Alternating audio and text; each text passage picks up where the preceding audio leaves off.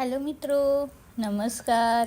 આજે આપણે શિયાળામાં ખાવાની મજા આવે અને એકદમ હેલ્ધી હોય એવી મેથીની પૂરી બનાવીશું। એકદમ ક્રિસ્પી બને છે અને મેથીની હોવાથી શિયાળામાં ખાવાની મજા આવે છે। ચલો આપણે રેસીપી સ્ટાર્ટ કરીએ। આપણે સૌપ્રથમ 2 બાઉલ મેદાનો લોટ લેવાનો છે। અહીં આપણે મેદાની જગ્યાએ ઘઉંનો લોટનો પણ યુઝ કરી શકીએ છીએ। ત્યારબાદ તેમાં થોડાક તલ એડ કરીશું।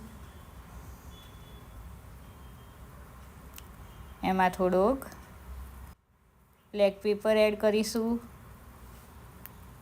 સ્વાદ પ્રમાણે મીઠું એડ કરીશું।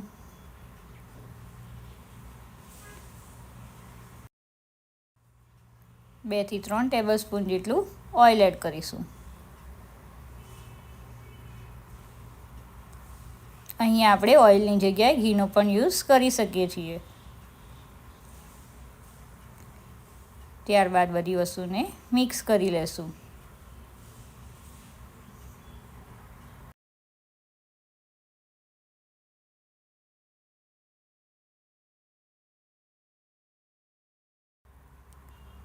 આ રીતે ચેક કરી લઈશું કે ઓઇલનું પ્રમાણ બરાબર છે કે નહીં।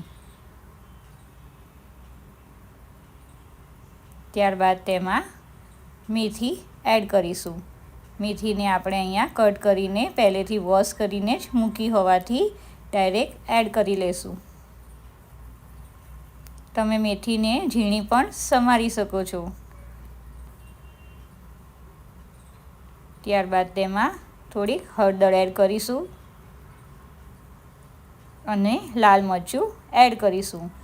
લાલ મરચું અને હળદર એડ કરવી ઓપ્શનલ છે, પણ તેના લીધે આપણે પૂરીનો કલર સારો આવે છે।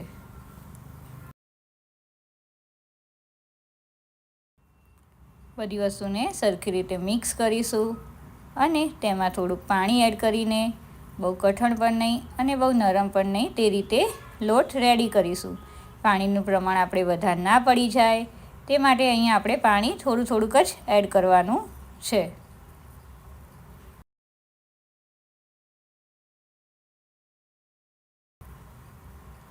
આ રીતે આપણે પૂરી માટેનો લોટ રેડી કરીશું।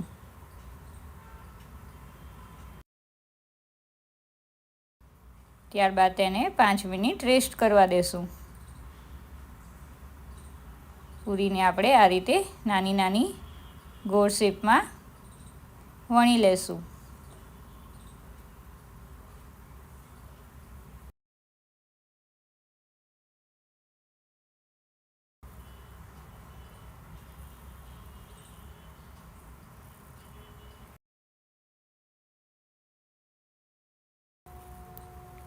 પૂરી આપણી જાડી ના રહી જાય તે વાતનું ધ્યાન રાખવાનું છે।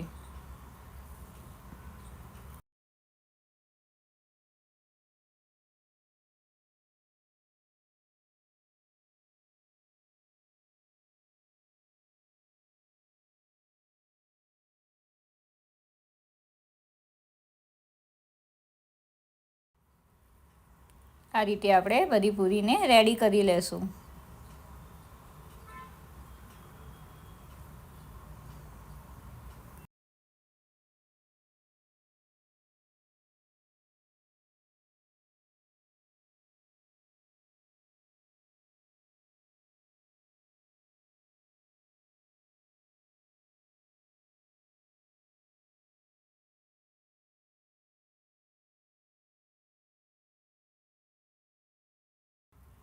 બધી પૂરીને આપણે આ રીતે વણી લેવાની છે। સાથે સાથે આપણે ઓઇલને ગરમ કરવા મૂકી દેવાનું છે।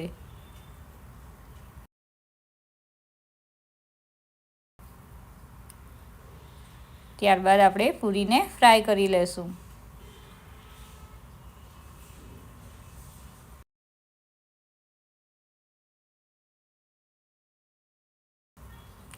અહીંયા આપણી પૂરી જલ્દીથી ફ્રાય થઈ જાય છે, તો આપણે ગેસની આંચ એકદમ મીડિયમ જ રાખવાની છે।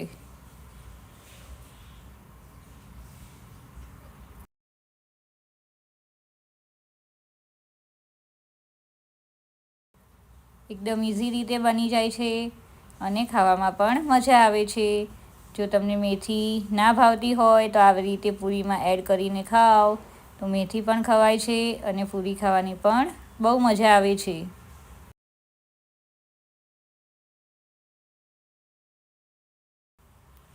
આ રીતે આપણે બધી પૂરીને ફ્રાય કરી લેશું.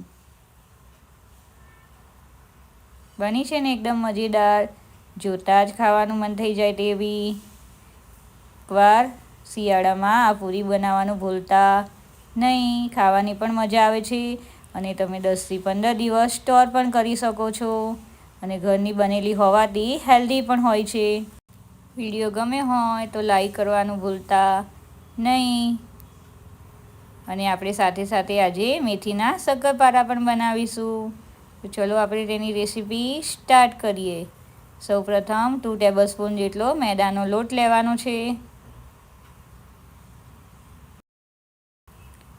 શક્કરપારા એકદમ ઇઝીલી બની જાય છે. જેવી રીતે આપણે પૂરી બનાવી છે એ જ રીતે શક્કરપારા બનાવીશું.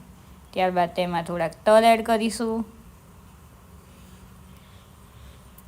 થોડુંક મરી પાવડર એડ કરીશું, સ્વાદ પ્રમાણે મીઠું એડ કરીશું. ત્યારબાદ તેમાં 3થી 4 ટેબલસ્પૂન જેટલું ઓઇલ એડ કરીશું.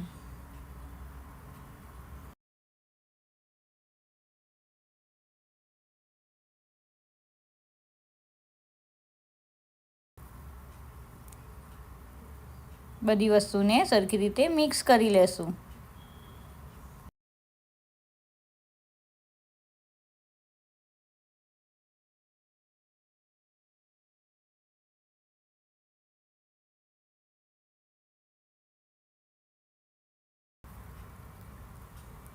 આ રીતે ઓઇલનું પ્રમાણ આપણે ચેક કરીશું કે બરાબર છે કે નહીં. ત્યારબાદ મેથીને આપણે કટ કરીને અને વોશ કરીને એડ કરીશું.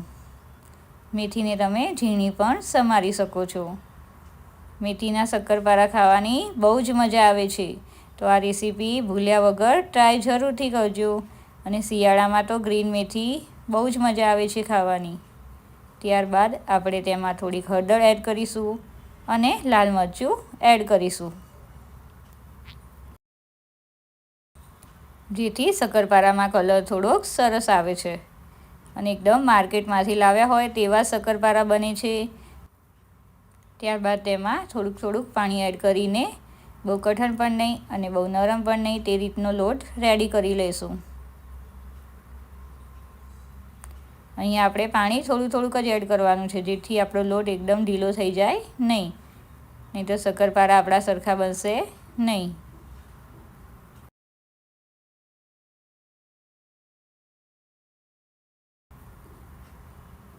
આ રીતે આપણે શક્કરપારા માટે લોટ રેડી કરી લેશું.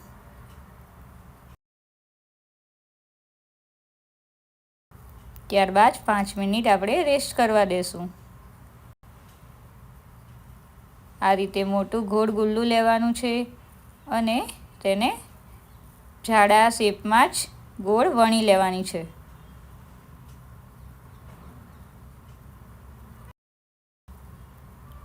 ત્યારબાદ તેને આપણે મનપસંદ શેપ આપી દઈશું. તમે નાના કે મોટા શક્કરપારાની સાઈઝ રાખી શકો છો, એ તમારી ચોઈસ ઉપર છે.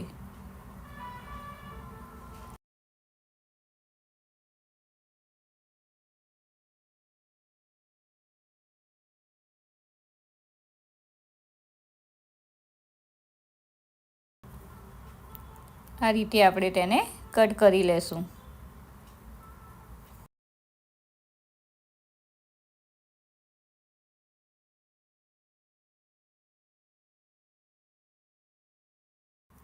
સાથે સાથે આપણે ઓઇલને ગરમ કરવા મૂકી દેવાનું છે.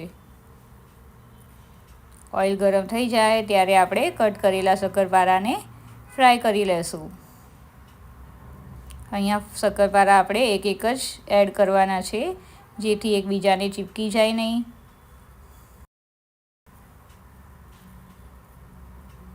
મીડિયમ આંચે જ આપણે તેને ફ્રાય કરવાના છે.